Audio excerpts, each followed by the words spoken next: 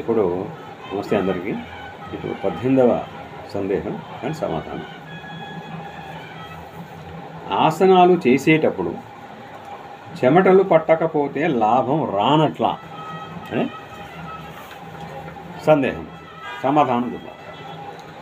ఆసనాలు చేసేటప్పుడు చెమటలు తక్కువగానే వస్తాయి, అసలు రావు, రాకూడదు కూడా. ఎండాకాలం అయితే ఎక్కువగా వస్తాయి కాస్తంత. మిగతా కాలంలో లోపల నుండి వేడి పుట్టినట్టు తెలుస్తుంది, కానీ చెమటలు కొందరికి పడతాయి, మరికొందరికి పట్టవు. మనకు చెమట పడితే లోపల బాగా శ్రమ జరిగినట్లు భావిస్తాం. వ్యాయామాలలో అలా వెంటనే చెమటలు రావచ్చు. ఆసనాలలో బాహ్యమైన కదలికలు లేకుండా లోపల అవయవాలలో కదలికలు, రక్త ప్రసరణలో మార్పులు జరుగుతూ ఉంటాయి.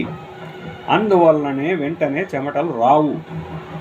చెమటలు పట్టకపోతే ఆసనాలు సరిగా చేయనట్లు కాదు, ఆసనాలలో లాభం లేనట్టు కూడా కాదు.